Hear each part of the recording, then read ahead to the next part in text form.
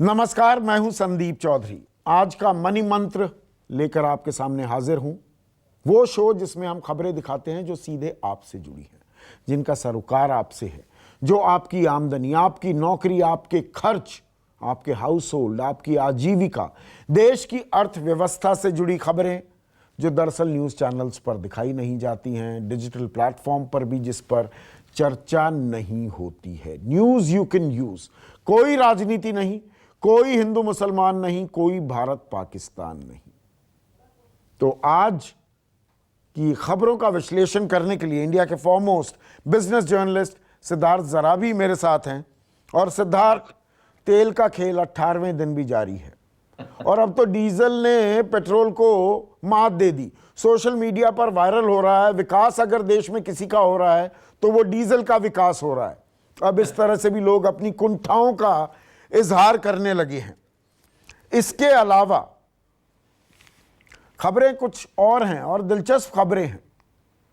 खबर ये, और ये मैंने कल भी इसका जिक्र किया था, आप थोड़ा समझाएंगे। अब चीन से जो माल आएगा या विदेश का जो माल होगा, देसी माल होगा, जैसे मैंने कल भी दर्शकों को समझाया था, आप रेस्टोरेंट में जाते हैं, मेन्यू कार्ड में लाल निशान लगा हुआ है तो वो नॉन वेजिटेरियन है, हरा है तो वो वेजिटेरियन है। अब जो सामान आप खरीदेंगे उसमें भी बारकोड्स होंगे, पर देश बहुत हैं तो कैसे पता लगेगा, ये सिद्धार्थ जराबी समझाने वाले हैं। इसके अलावा अब चीन जो हमारे देश में इंपोर्ट्स कर रहा था, वहाँ से एक्सपोर्ट मतलब हम इंपोर्ट कर रहे थे, अब वो अटक गए हैं क्योंकि तकरार जारी है। तो उसमें क्लैरिटी चाह रहा है अब चीन, छटपटा रहा है।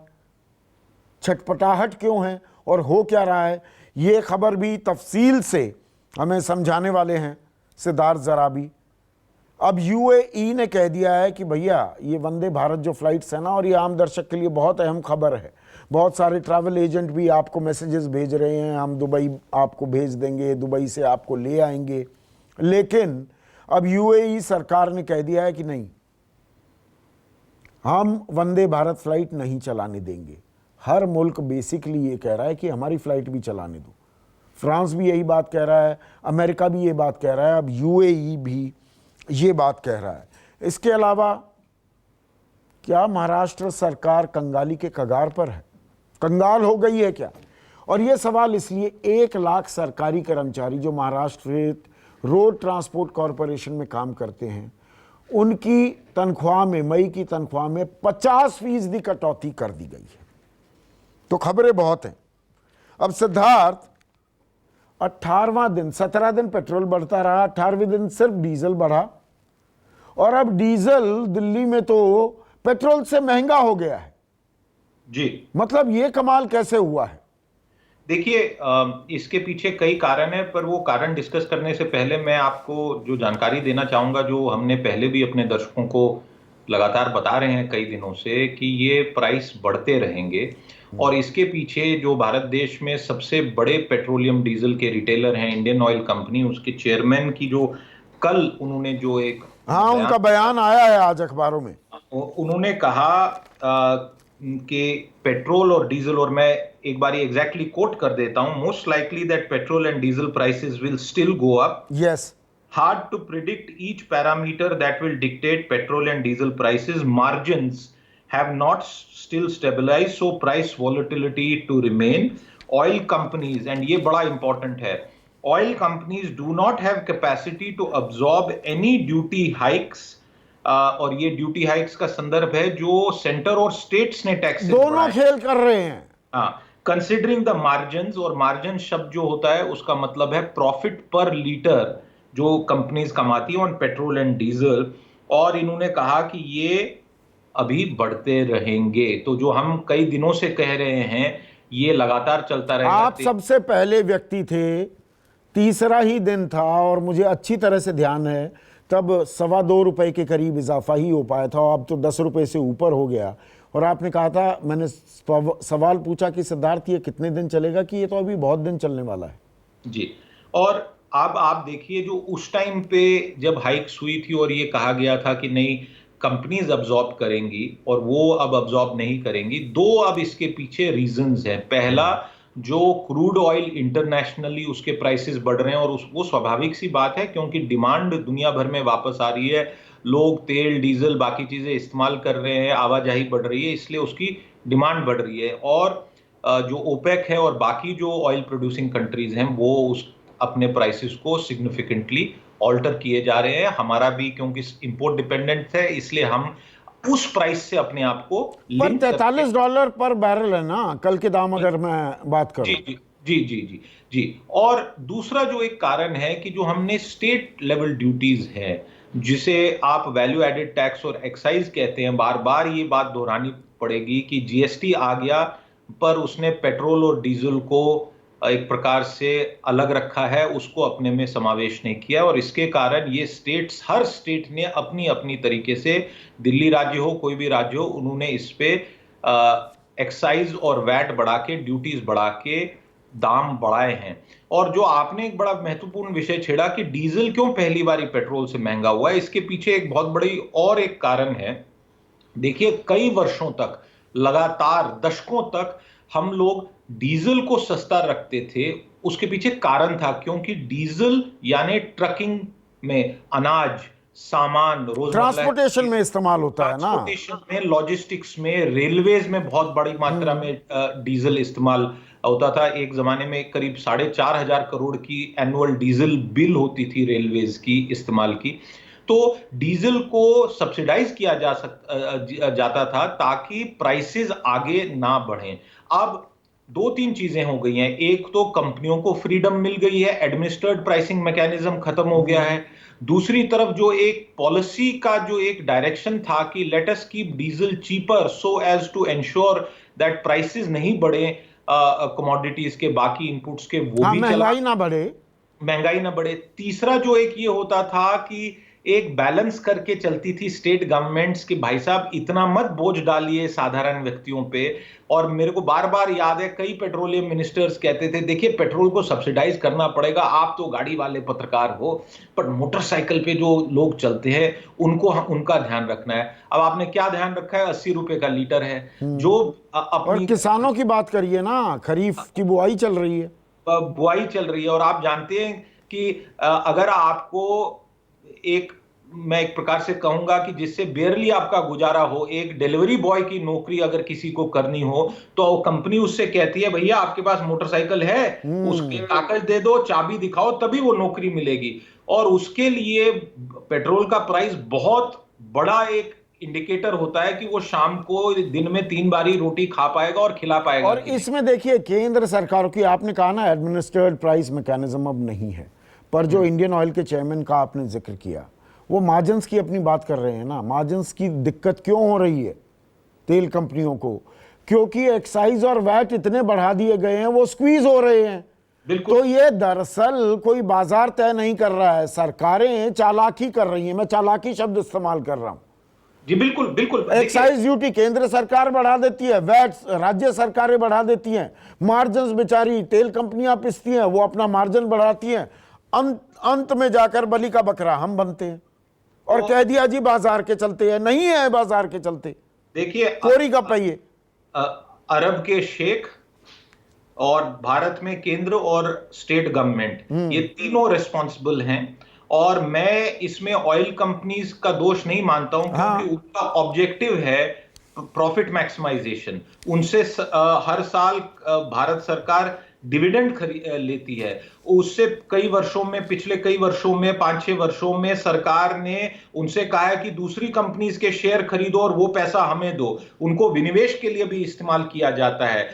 तो तेल की जो कंपनीज हैं और तेल का जो प्रोसेस है बिकने का, हर स्टेज पे पैसा स्क्वीज किया जाता है सरकार और सरकारी प्रशासन और तंत्र को चलाने के लिए। और ये बड़ी एक विडंबना है हमारे देश में। आपने बिल्कुल सही कहा, energy pricing is the most biggest black hole and most non transparent business. और जो मैं बार बार कहता हूं, जो ये फॉरेन लिंक करते हैं बाहर के तेल के प्राइस के साथ, ये इतना एक गलत आर्बिट्री मैकेनिज्म है। इस पे रिपोर्ट दिए गए हैं विशेषज्ञों के, पर वो सरकार ने इस पे कभी कार्रवाई नहीं की है क्योंकि कोई इस चलते हुए नलके को, जिससे पैसा छप रहा है, आ रहा है भारी मात्रा में, उसको बंद नहीं करना चाहता। बिल्कुल।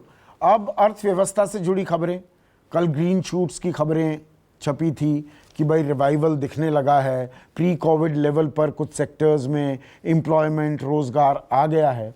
लेकिन आज की एक बड़ी खबर है, और खबर क्या?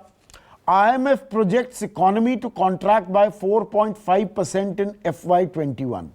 इंटरनेशनल मॉनेटरी फंड कह रहा है, अंतर्राष्ट्रीय मुद्रा कोष, कि भारतीय अर्थव्यवस्था -4.5% की विकास दिखाएगी। विकास क्या मतलब?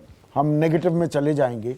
और अहम बात यह है कि अप्रैल तक IMF सिद्धार्थ ये कह रहा था कि भारतीय अर्थव्यवस्था कोरोना काल, संकट काल के बावजूद 1.9% की विकास दर दिखाएगी। पॉजिटिव की बात हो रही थी, अब सडनली वो -4.5% पर चला जाता है।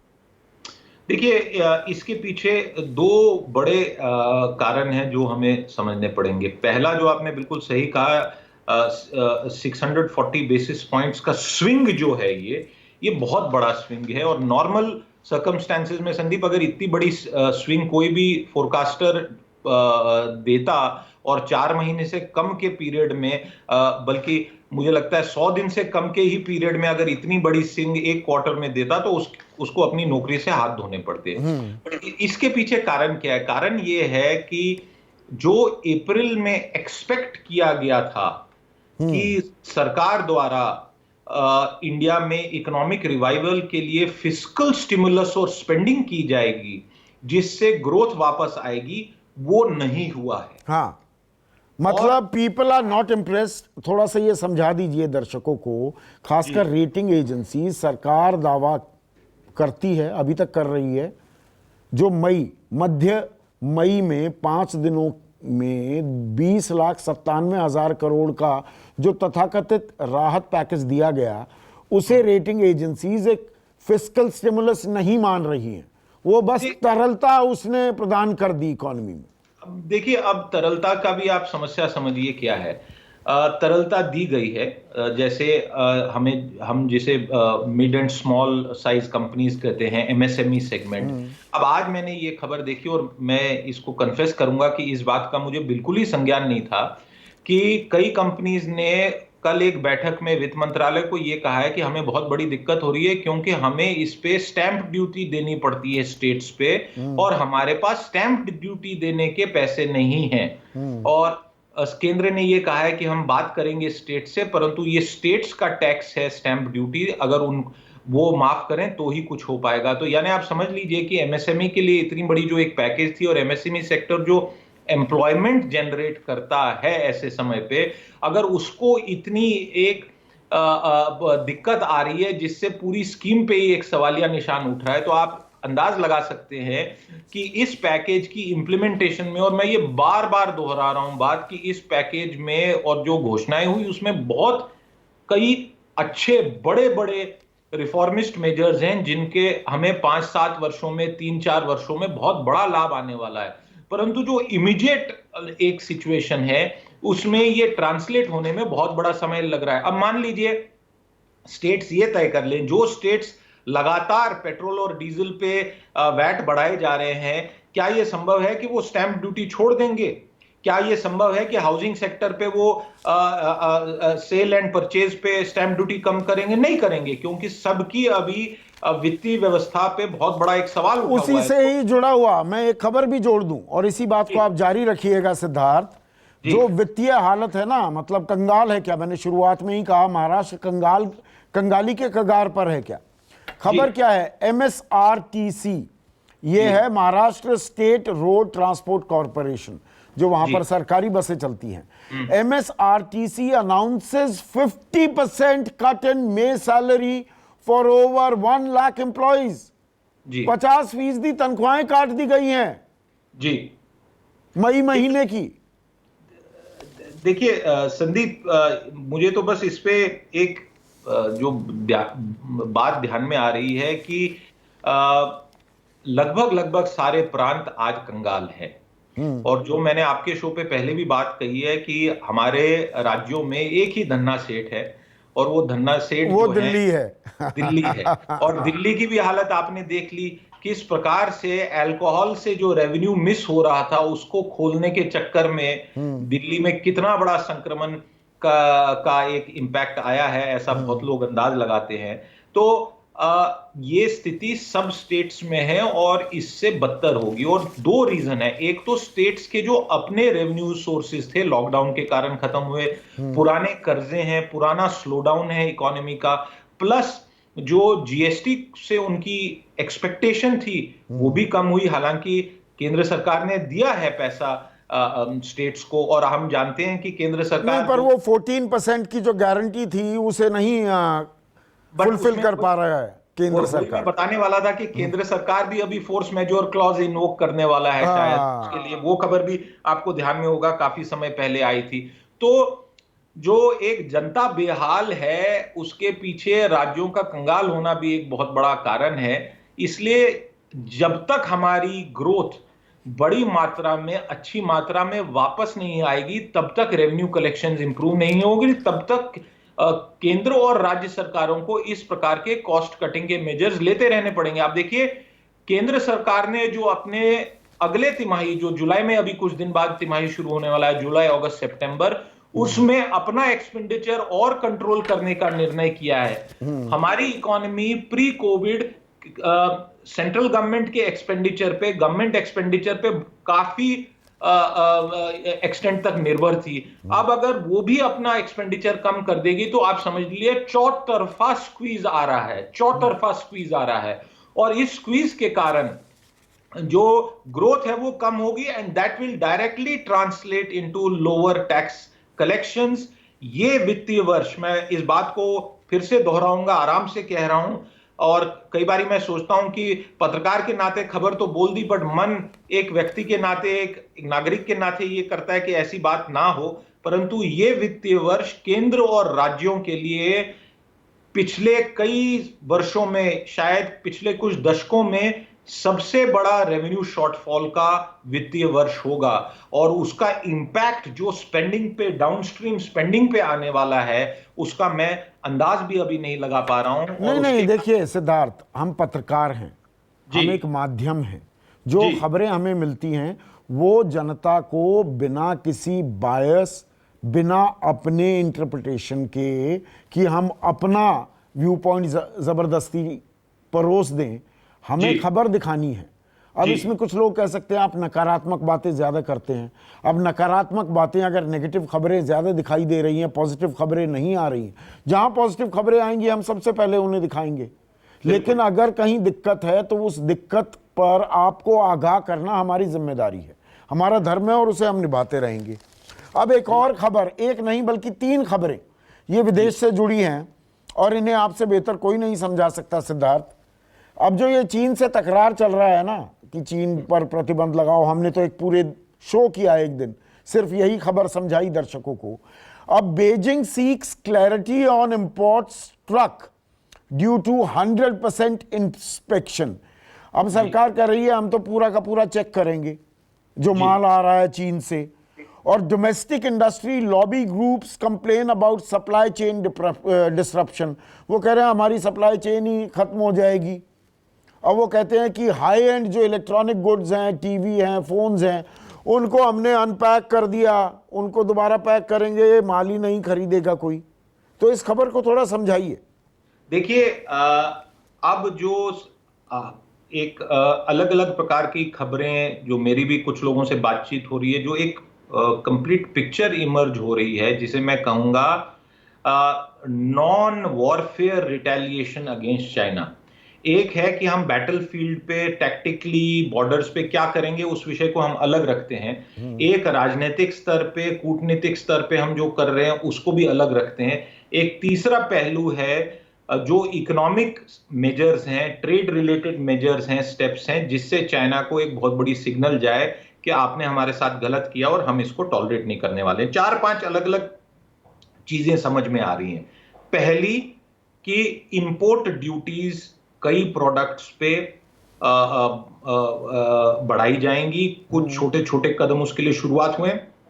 मैं ये मानता हूं कि जुलाई वाले क्वार्टर में, आने वाले 30, 50, 60 दिन में हम इस पे मेजर्स कई सारे देखेंगे।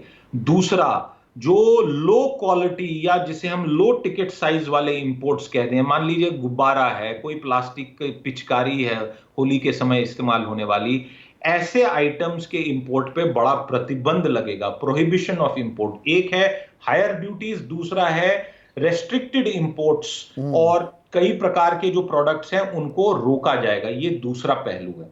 तीसरा पहलू है मार्केट एक्सेस।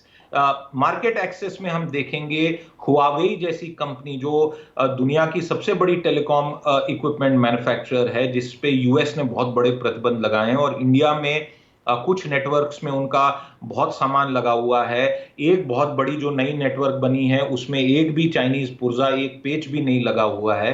हुआवेई चाह रहा था कि 5G में इंडिया में वो बहुत बड़ी एक पहल करे, और वो एक मार्केट, संदीप, लगभग जो 5G में इन्वेस्टमेंट्स आनी है, एकदम से नहीं आएंगी, पर जो इन्वेस्टमेंट्स आनी है वो लगभग $40 बिलियन की इन्वेस्टमेंट्स आनी है। और उसके पास, हुआवे के पास, ग्लोबली उसमें सबसे ज्यादा मार्केट शेयर है। अगर 40 बिलियन इंडियन ऑपरेटर्स लगाने वाले थे 5G पे, तो समझ लीजिए उसमें से 30 से $35 बिलियन हुआवे को मिलने वाला था, यानी चाइना को मिलने वाला था। तो मैं ये मानता हूं कि हुआवे की अभी जो टेस्ट और ट्रायल है, उनकी इक्विपमेंट को बिल्कुल सर्टिफिकेशन नहीं मिलेगी। नहीं, अब तो हुआवे वाले कहते घूम रहे हैं कि ना तो चाइनीज सरकार का ना PLA का कोई पैसा लगा हुआ है हमारी कंपनी में। खैर, वो हमें क्या समझाएं, वो पहले अमेरिका को समझाएं। कनाडा में हुआवे की मालिक की बेटी को अरेस्ट कर रखा है कई महीनों से पहले। वो उस आपस में उस मामले को सुलझाएं। हम तो बहुत दूर हैं, हमने कभी चाइनीज इक्विपमेंट के अगेंस्ट कोई डिस्क्रिमिनेशन नहीं की है, ये चाइना जानता है। चाइना चाहे कुछ भी कहे। अच्छा, अब चौथा पांचवा जो मैटर था, जो मैं आपको गिना रहा था, जिस खबर से आपने ये चर्चा शुरू की, जो इकोनॉमिक टाइम्स की खबर है, अब देखिए, इसे हम कहते हैं कि ये एक प्रकार से जो घोषित टाइप का एक सिग्नल है। कायदे से, as per the rule book, the customs officer is duty bound and under law empowered to check every single item that is being imported by an individual or by a company through a consignee, and that too manually, वो खोल कर देख सकता है। तो आपने देखा होगा कि एयरपोर्ट्स पे कई बारी जब कस्टम्स वाले पड़ जाते हैं किसी पे, जिस पे शक होता है, तो आपने देखा है सूटकेस के पुर्जे भी खोल के वहां से सोना निकालते हैं, हाँ, है ना। तो उस टाइप का कानूनी बिल्कुल हक है, और केवल इंडिया नहीं, हर कंट्री में है। अगर अमेरिका में कोई पकड़ा जाए तो भाई साहब, आप जानते हो उसका क्या हाल किया जाता है, उसकी तलाशी ले लेके। तो ये कानूनी एक हक है, और हमारे पास ये हक है कि आप हर इंपोर्ट कंसाइनमेंट की पुर्जे बाय पुर्जे वर्चुअली चेकिंग कर सकते हैं। पर इसी में तो इंडस्ट्री वाले कह रहे हैं कि हमारा माल तो अटक जाएगा, और बहुत सारा हाई एंड जो माल है आपने उसको खोल कर देखने लगे, अनपैक कर दिया, फिर पैक करते भी रहो तो कस्टमर खरीदेगा नहीं। तो और ये जो टीवीज हैं, स्मार्टफोन्स हैं, टैबलेट्स हैं, ये तो अटक गए, ये तो मिलेंगे नहीं आने वाले कुछ महीनों में। देखिए, जो दो चीजें हैं। हमारी जो इंपोर्ट है उसमें बहुत बड़ा एक पार्ट होता है जिसे हम कहते हैं सेल्फ सर्टिफिकेशन, यानी इंपोर्टर एक सर्टिफिकेट देता है हमारे कस्टम्स अथॉरिटीज को, और कहता है कि मैं इसकी जिम्मेवारी ले रहा हूं, जो मैंने कहा है वही इंपोर्ट किया है और सही मात्रा में, इसमें मैं कोई और अगर कभी गड़बड़ पाई जाए तो मैं उसके लिए पूरा जिम्मेवार हूं। तो हमारे 90% एक्सपोर्ट उस सेल्फ सर्टिफिकेशन की बेसिस पे क्विकली क्लियर किए जाते हैं हमारे पोर्ट से। अब जब ये जो सिग्नल दी जा रही है, ये सिग्नल दी जा रही है चाइना को कि आपका $65 बिलियन का जो इंडिया में मार्केट था, इसमें से हम इसको निचोड़ना शुरू करेंगे, एग्जिस्टिंग मार्केट को, और जो मैंने आपको उदाहरण दिया हुआवे का, फ्यूचर मार्केट को भी। मान लीजिए हम जोड़ते हैं $65 बिलियन अगर इस साल भी इंपोर्ट्स हो, जो होने नहीं है बट लेट से, और $30-35 का मान लीजिए 3-4-5 कंपनीज, 3 कंपनीज 5G के लिए ऑर्डर प्लेस कर देती हुआवे पे, तो $100 बिलियन का मार्केट इंडिया हाइपोथेटिकली एक वित्तीय वर्ष में चाइना के लिए, और 100 बिलियन चाइना जैसी इकोनॉमी के लिए भी बड़ा मैटर करता है। तो 4-5-6 प्रकार की कार्रवाइयां हैं जो अब बढ़ती जाएंगी, और मैं मानता हूं कि इसमें मैं इन चीजों को भी नहीं जोड़ रहा हूं कि जो फॉरेन इन्वेस्टमेंट को लेके कुछ कंपनीज में जो पोर्टफोलियो, और ये हमारा अख्तियार है, हम क्यों ना, ये हमारा अख्तियार है, और हम उसका और इसको इस्तेमाल इस्तेमाल करेंगे। करना पड़ेगा। सारी दुनिया कर रही है, चीन ने क्या हमारे को डंपिंग ग्राउंड थोड़ा मान रखा है। और संदीप, जो पिछले 24 घंटे में सैटेलाइट पिक्चर्स इमर्ज हो रही हैं, हाँ। जो गलवान नदी का जो वो कोनी है जिसपे सारा मामला लड़ा हुआ है, और एक्चुअली इट इज लाइक ये एल्बो जॉइंट, वहां पे जो चाइना के टेंट्स और इंफ्रास्ट्रक्चर मशरूम हुआ है, तो हमारे को ये शक पूरा हो रहा है कि चाइना शायद कह कुछ रहा है और कर कुछ रहा है। एग्जैक्टली पेट्रोलिंग पॉइंट 14 जो है, जहां पर झड़प हुई थी 15-16 की दरमियानी रात को, वहां टेंट गाड़ दिए, वहां तंबू गाड़ दिए हैं आकर।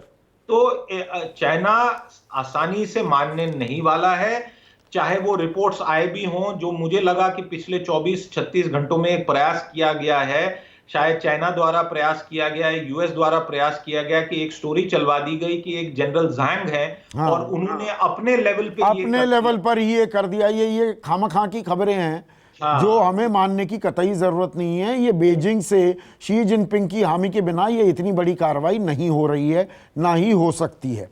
पर इसी खबर को थोड़ा और आगे बढ़ाता हूं। इसी से जुड़ी खबर है, e com company seek time to comply with labelling rule. कल मैंने, दर्शकों आपको ध्यान होगा, खबर दिखाई थी कि भाई कलर कोड्स लगेंगे अब बाहर से जो माल आ रहा है कि ये किस देश का है। अब जो ये ई कॉमर्स कंपनीज हैं सिद्धार्थ, ये कह रही हैं भैया हमें 4-5 महीने का टाइम दे दो, अभी इतना जल्दी बार कोडिंग नहीं कर पाएंगे। तो ये बार कोडिंग पहली बात तो होगी कैसे? 200 से ज्यादा तो देश हैं, कितने बार कोड्स होंगे और याद कैसे रखेंगे हम? ये करने कैसे वाले हैं? देखिए, टेक्निकली कलर कोड वाला विषय जो है उस पे शायद एक लॉजिस्टिकल इशू आ सकता है कि आप 200 कलर और उनकी शेड्स बनाने में, पर bar codes are quite easy. In fact Sandeep, अब हमारे जीवन में बार कोड शायद हमें पूरा इसका एहसास भी नहीं है। It has now become a intrinsic part of our life. Absolutely.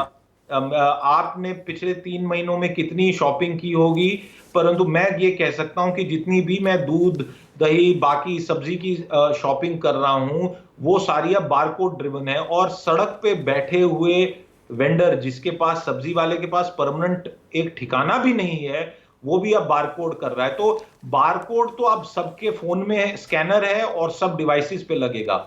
जो इससे ब्रॉडर जो बात हमने की, हमने 4-5 स्टेप्स किए, मुझे ये भी जो हम अब उस बात में जोड़ लें, आपने एक अच्छा विषय उठाया है कि जो country of origin of that good है, वो बहुत बड़ी एक चीज है। देखिए, ये पिछले शोज में हमने डिस्कस किया है कि केवल $65 बिलियन का जो घोषित declared on paper direct import है, इसको छोड़ के इनडायरेक्टली मैं मानता हूं कि कई $बिलियन का इंपोर्ट माल ऐसा है जो चाइना से किसी कंट्री में गया और वहां से उसने हमें, हाँ, मलेशिया है, इंडोनेशिया है, थाईलैंड है, तमाम जगह से आ रहा है चीनी माल।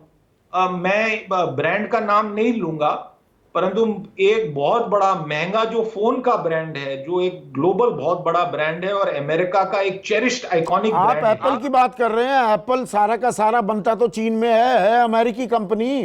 बिल्कुल। सोनी टीवी की बात करो कि घर में भाई सोनी होना चाहिए, एक टाइम पे एक स्टाइल स्टेटमेंट थी।